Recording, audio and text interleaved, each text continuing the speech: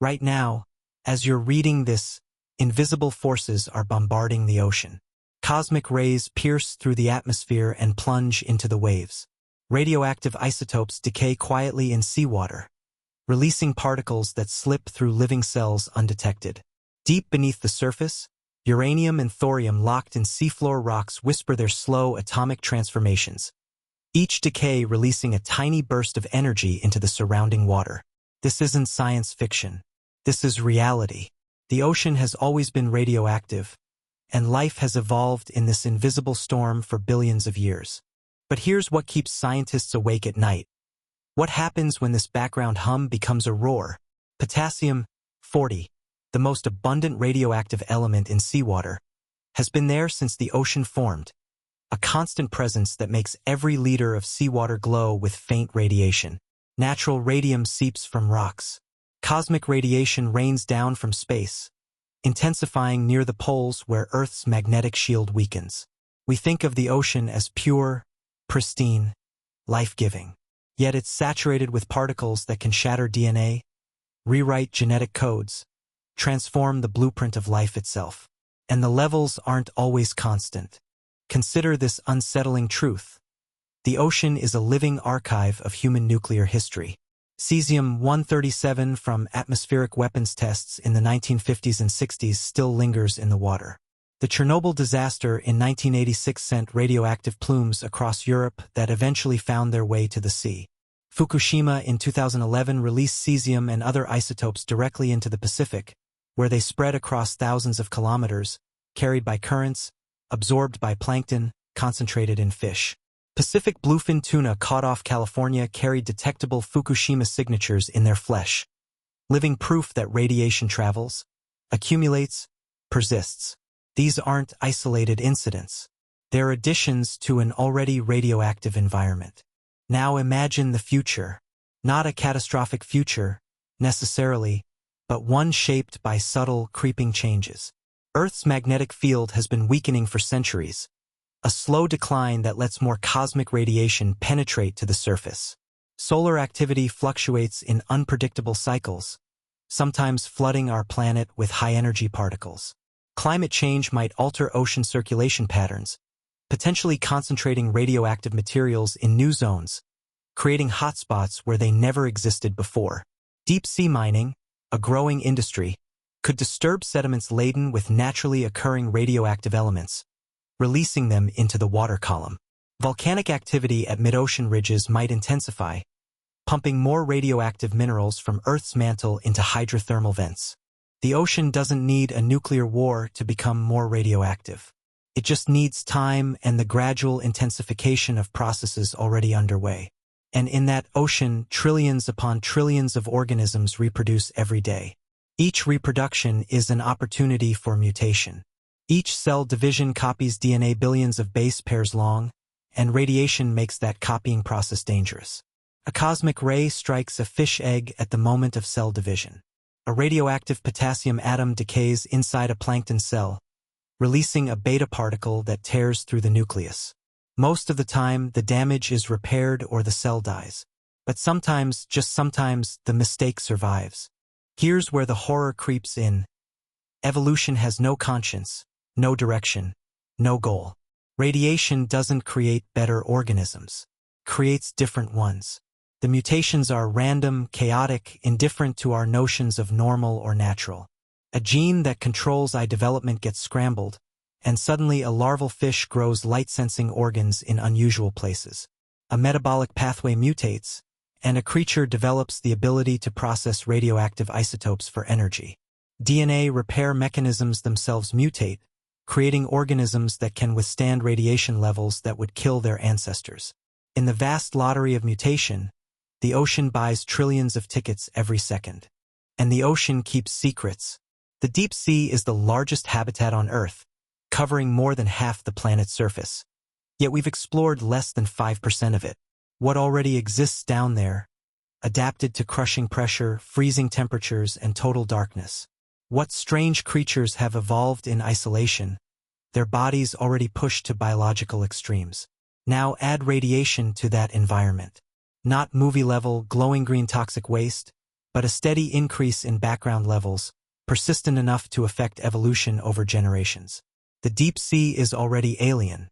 Radiation could make it unrecognizable. So the question isn't whether radiation affects ocean life. It does right now and always has. The question is, what happens when the invisible forces intensify? When the background radiation that life has adapted to for eons begins to climb? When isolated populations in radioactive hotspots evolve separately from their cousins in cleaner waters? The ocean is patient. Evolution is slow. But neither ever stops. And in the dark waters of tomorrow, shaped by radiation we can't see and mutations we can't predict, something is already beginning to change. You just don't know it yet. Let's talk about what radiation actually does when it meets life. Imagine a single cell, microscopic and fragile, floating in the ocean. Inside its nucleus lies DNA, a twisted ladder of molecules 4 billion years in the making, containing every instruction needed to build and operate that organism. Now imagine a high-energy particle, perhaps a cosmic ray from a distant supernova or a decay product from a radioactive potassium atom, slamming into that cell. It doesn't announce itself. There's no warning, no sensation. But in the fraction of a nanosecond, the particle tears through the DNA molecule like a bullet through paper, and everything changes. DNA damage happens constantly, even without radiation. Your cells, right now, are fixing thousands of errors every single day. But radiation is different. It doesn't just cause one mistake. When ionizing radiation strikes DNA, it creates what scientists call clustered damage, multiple breaks and chemical changes within one tiny section of the double helix, sometimes within a single turn of the spiral. Think of it like this. A normal copying error is a single typo in a book. Radiation-induced damage is an entire paragraph shredded, with pieces missing and others rearranged backwards. And the cell's repair machinery, usually so efficient, sometimes gets confused when faced with this chaos. Here's where it gets unsettling. The cell has several ways to fix broken DNA. For single-strand breaks, where only one side of the DNA ladder snaps, repair is usually straightforward. The intact strand serves as a template, and molecular machines rebuild the damaged section with impressive accuracy. But double-strand breaks, where both sides of the ladder snap at roughly the same point, are catastrophic. Radiation excels at creating these breaks.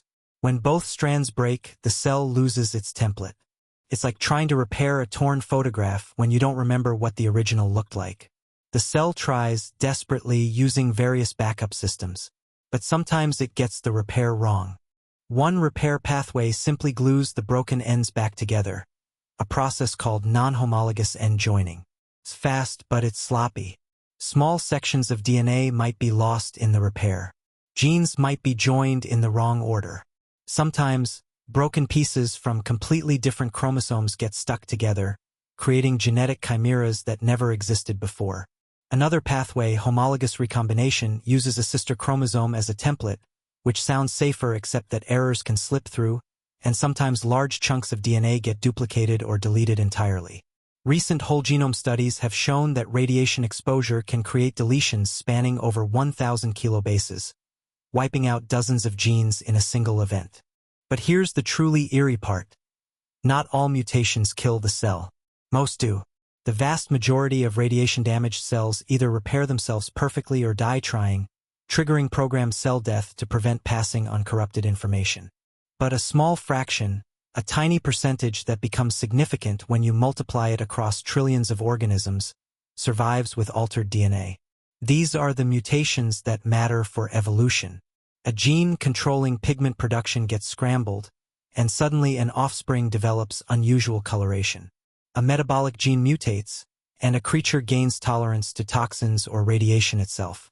DNA repair genes can even mutate, creating organisms with enhanced or diminished ability to fix future damage. The spectrum of mutations is strikingly distinctive.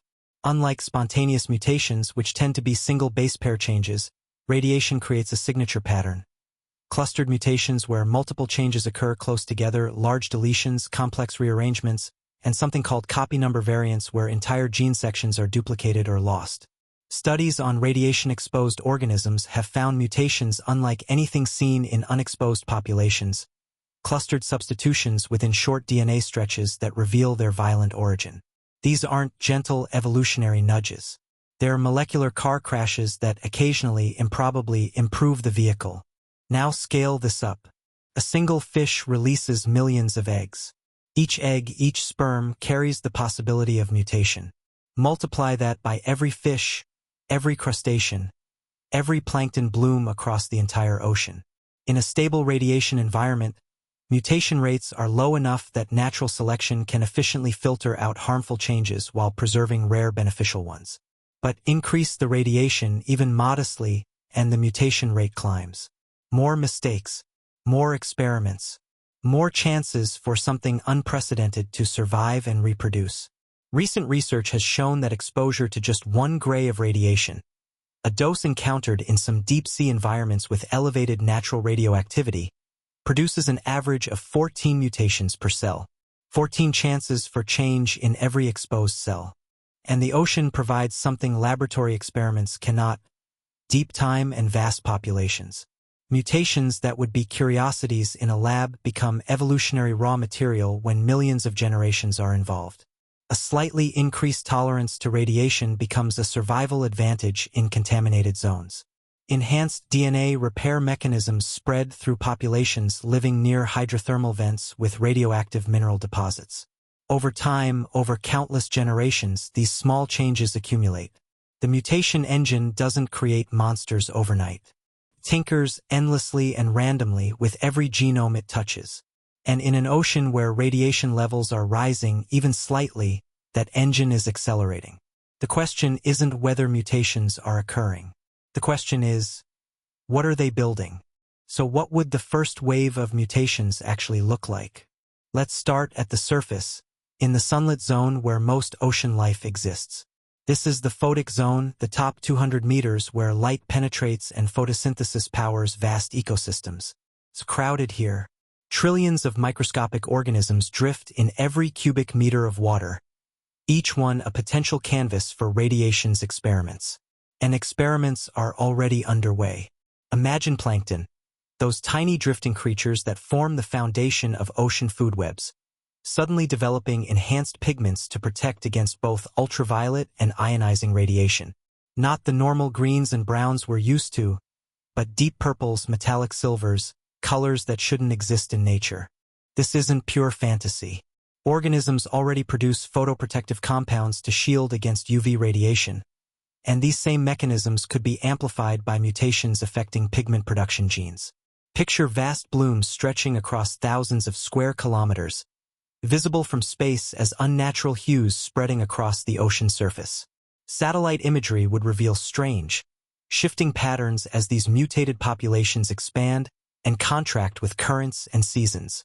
Scientists monitoring ocean color wouldn't know whether they were looking at normal phytoplankton blooms or something fundamentally different, populations that had crossed an invisible threshold into mutation-driven evolution. The ocean would be telling us it had changed, but in a language we barely understand. Move up the food chain to small fish, the countless billions that school in coastal waters and open ocean. These creatures reproduce rapidly, sometimes reaching sexual maturity within months, which means mutations can spread through populations with frightening speed. Consider what happens when radiation damages genes controlling DNA repair mechanisms themselves. Some fish might evolve hypersensitive repair systems, cellular machinery that catches and fixes errors with enhanced efficiency.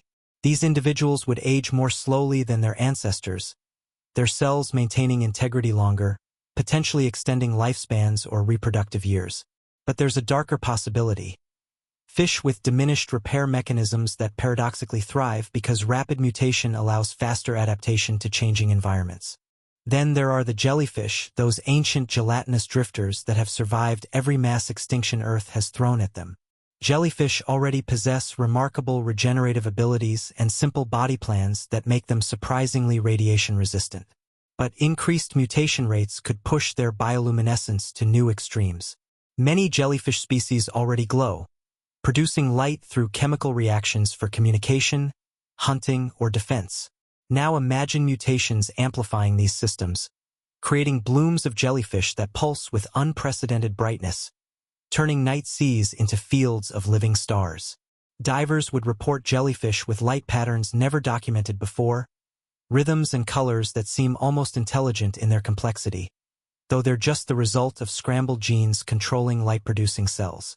But perhaps the most unsettling possibility lies with cephalopods, specifically octopuses and squid. These creatures already possess nervous systems of staggering complexity, with neurons distributed throughout their bodies, especially in their arms. An octopus can solve puzzles, use tools, and demonstrate what appears to be curiosity. Their brains are alien to us, evolved completely independently from vertebrate intelligence. Now introduce radiation-induced mutations affecting neural development or connectivity. Gene variants that increase neuron density or enhance synaptic efficiency could spread through populations living in radiation hotspots. We might see octopuses solving problems faster, demonstrating behaviors that blur the line between instinct and reasoning. Would we even recognize enhanced cognition in a creature so fundamentally different from us? The horror isn't in monsters. It's in familiarity becoming strange. A fisherman hauls in a catch and notices the fish look wrong somehow. Not deformed but subtly off, proportions shifted, eyes slightly larger or positioned differently. Divers report that reef fish seem more skittish or more aggressive than usual. Behavioral changes driven by mutations affecting neurotransmitter production. Marine biologists collecting samples notice unprecedented genetic diversity in populations that should be relatively uniform, signature patterns of clustered mutations appearing in sequence genomes. These aren't dramatic transformations. They're incremental shifts, each generation a little different from the last, until one day someone realizes that the ocean's inhabitants don't quite match the species descriptions in textbooks written 20 years earlier. And all of this would happen unevenly, creating a patchwork ocean. Areas with higher radiation levels, perhaps near coastlines receiving runoff from contaminated land or zones where deep currents upwell radioactive sediments, would become evolutionary accelerators. Populations living there would diverge from their cousins in cleaner waters, mutation rates elevated just enough to matter over dozens of generations. Marine protected areas, ironically shielded from fishing but not from radiation, might harbor the strangest variants because populations there grow large enough for rare mutations to persist. The surface ocean would fragment into countless isolated experiments, each local population adapting to its specific conditions, some succeeding spectacularly while others fade into extinction. What keeps researchers awake is the uncertainty. We can predict general patterns, mutation types and rates, likely selective pressures, but we cannot predict which specific changes will occur or which lineages will seize unexpected advantages. Evolution is probabilistic, not deterministic. A single mutation in a single fish egg might spawn a lineage that outcompetes all others in its niche. Or it might accomplish nothing, lost when that individual is eaten by a predator. Multiply this uncertainty across every species, every population, every generation, and the number of possible futures explodes beyond calculation. The surface ocean is vast and interconnected, a planetary ecosystem where changes in one region ripple outward through currents and migration. And somewhere in that vastness, right now, mutations are accumulating. The first wave isn't coming. It's already here. We just haven't noticed yet. Now we descend, past the sunlit surface, through the twilight zone where light fades to nothing, down into the hadal depths where pressure reaches over 1,000 atmospheres and temperatures hover just above freezing. This is the deep sea, the largest habitat on Earth, covering more than half the planet's surface yet remaining almost entirely unexplored. Life here already exists at the edge of possibility, adapted to conditions that would instantly kill surface organisms. Creatures have evolved antifreeze proteins, pressure-resistant cell membranes, and metabolisms tuned to near starvation. They've conquered darkness, cold, and crushing pressure. But what happens when you add radiation to an environment that's already pushing biology to its absolute limits? The deep sea isn't shielded from radiation the way you might think. Yes, water absorbs some radiation, but naturally occurring radioactive isotopes are everywhere down here. Uranium-238 and thorium-232 decay in seafloor rocks, releasing particles into the water. Radium seeps from hydrothermal vents, Polymetallic nodules scattered across the abyssal plains, those potato-sized mineral deposits that deep-sea mining companies want to harvest, contain radium-226, radon-222, thorium-230, and protactinium-231 at concentrations that exceed international safety levels by orders of magnitude. Recent studies have revealed alarmingly high radioactivity in these nodules. Yet the impacts on organisms living among them remain almost completely unstudied. The deep sea is naturally radioactive, and we're only beginning to understand what that means for evolution. Consider what mutations might do to creatures already living at biological extremes. Deep-sea fish possess adaptations that seem impossible. Eyes that can detect single photons of bioluminescence, jaws that unhinge to swallow prey larger than themselves, bodies so gelatinous they're barely more substantial than the water around them. Now imagine radiation-damaging genes controlling developmental pathways, creating organisms with cellular redundancy we don't see in surface species. Backup organs, duplicated systems, bodies designed not just to survive damage but to expect it. A fish with two hearts, not from intelligent design but from a mutation that duplicated cardiac tissue and both copies proved viable. Kidneys distributed throughout the body instead of concentrated in one location. Nervous systems with parallel processing pathways so damaged to one section doesn't incapacitate the whole organism. These aren't fantasy creatures. Cellular redundancy already exists in some extremophiles, organisms adapted to harsh environments. Radiation could amplify these traits to grotesque extremes. Imagine encountering a deep-sea predator in the beam of a submersible's lights and watching it regenerate from injuries in real time, damaged tissue knitting back together with unsettling speed. The creature might possess stem cell populations far more active than surface species, constantly repairing radiation damage, but as a side effect capable of regenerating entire body sections. You could cut off a limb and it would grow back within days. The horror isn't that it's monstrous. The horror is that it's perfectly logical, an expected outcome of evolution in an environment where cellular damage is constant. Then there are the giants. Deep-sea gigantism is already well documented. Enormous isopods the size of footballs, spider crabs with leg spans exceeding 3 meters, colossal squid with eyes as large as dinner plates. The phenomenon isn't fully understood, but it's linked to cold temperatures, scarce food, and deep-sea metabolism. But what if radiation provided another pressure toward gigantism? Larger organisms have more cells, which sounds like it would make them more vulnerable to mutation, but it also means more redundancy, more tissue mass to absorb damage, lower surface area to volume ratios that reduce per-cell radiation exposure. Mutations affecting growth-limiting genes could produce isopods even larger than the current giants, their exoskeletons thickening with calcium and phosphate, perhaps even incorporating radioactive minerals from their environment, turning them into living shields. The most unsettling possibility involves creatures at hydrothermal vents, those underwater geysers where superheated water rich in dissolved minerals erupts from the seafloor. Vent communities already thrive in conditions lethal to most life, their metabolism based on chemosynthesis rather than photosynthesis, powered by chemicals rather than sunlight. Many vents release radioactive isotopes along with their mineral-rich water. Now imagine bacteria and archaea around these vents evolving to not just tolerate radiation but to use it. Radiotrophic organisms already exist. Fungi in Chernobyl's reactor that use melanin to harvest energy from gamma radiation. Bacteria that thrive in radioactive waste. In the deep sea, where energy is desperately scarce, any new energy source is a revolution.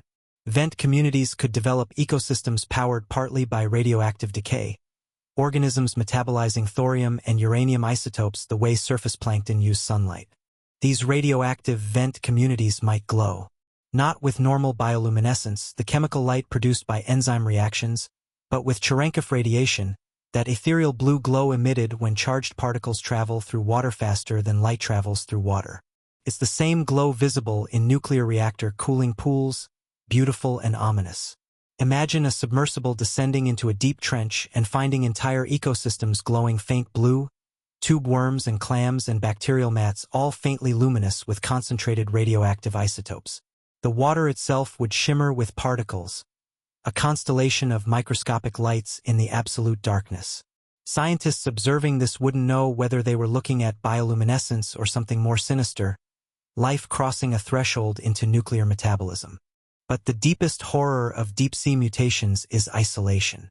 Surface ocean populations are connected by currents, larvae drifting across thousands of kilometers, genes flowing between populations.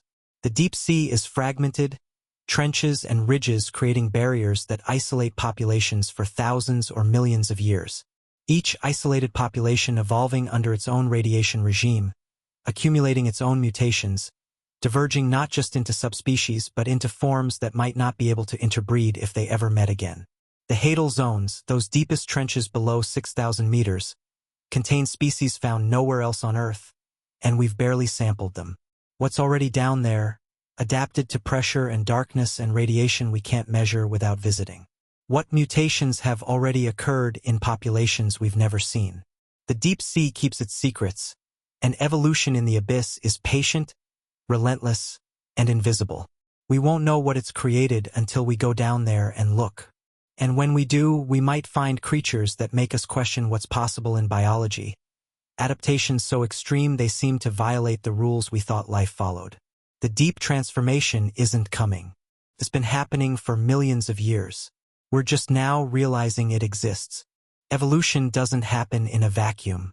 Individual mutations matter, but ecosystems matter more. And this is where radiation-driven mutations become truly unpredictable, because ocean ecosystems are intricate webs of dependencies where changing one species ripples outward through dozens of others. Imagine a food web where predators are adapting faster than prey, or where symbiotic relationships that have existed for millions of years suddenly fail because one partner mutates beyond compatibility. This isn't about individual monsters. This is about entire communities restructuring themselves at the molecular level, relationships rewiring, hierarchies inverting, stability dissolving into chaos. Start with the foundation, the primary producers, the plankton that converts sunlight or chemical energy into organic matter. These microscopic organisms are already under assault from ocean acidification, warming waters, and pollution. Now add radiation-induced mutations. Some phytoplankton might develop enhanced growth rates, mutations affecting cell division controls that let them reproduce faster than competitors.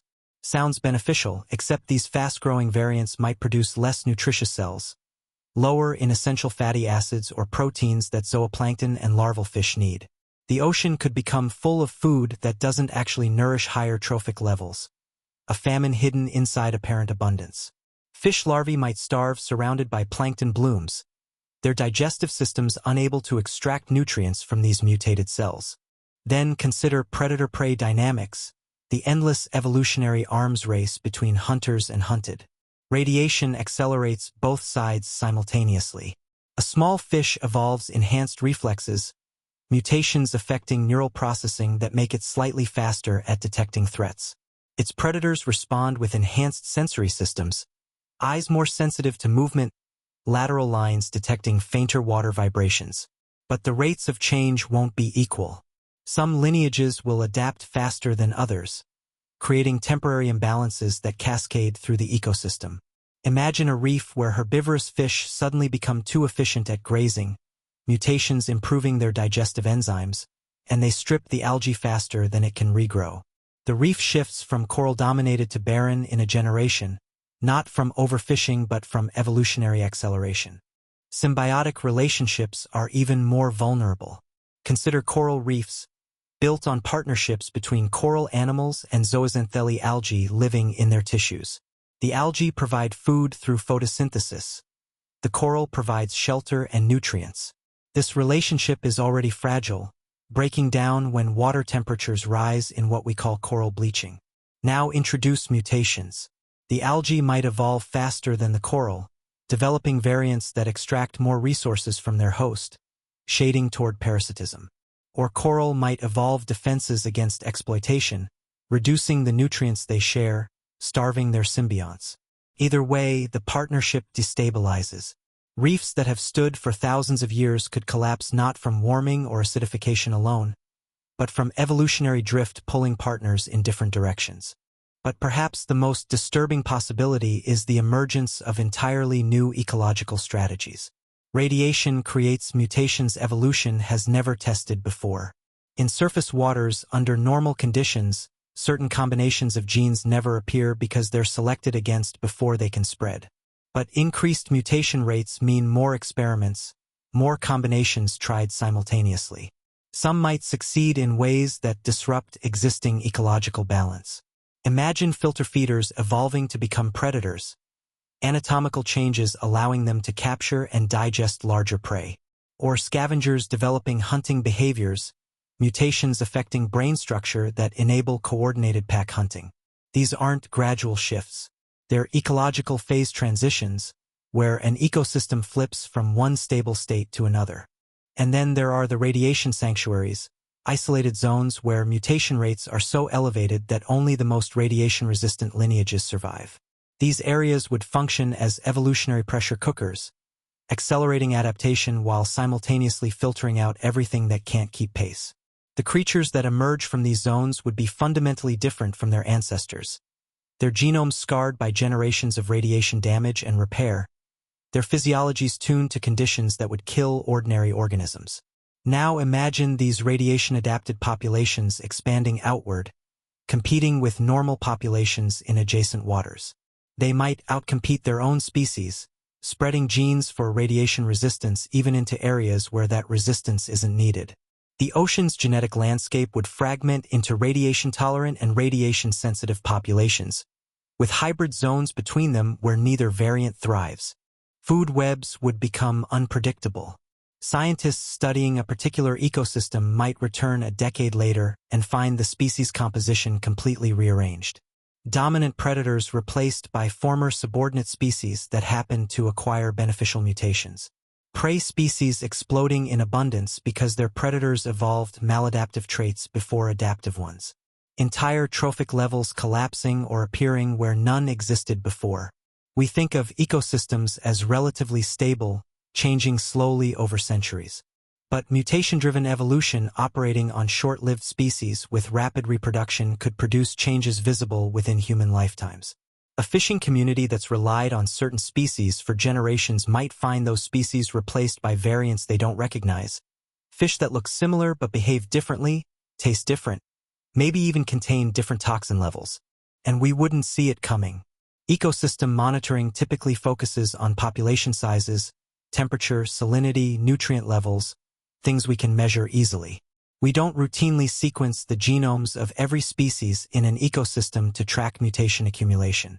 By the time ecosystem changes become obvious enough to investigate, the underlying genetic shifts would already be well underway, mutations fixed in populations, evolutionary trajectories locked in. The horror of ecosystem restructuring isn't that it's dramatic. It's that it's invisible until it's too late.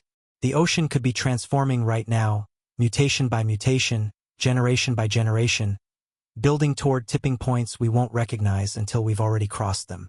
And by then, the question won't be whether we can prevent the changes.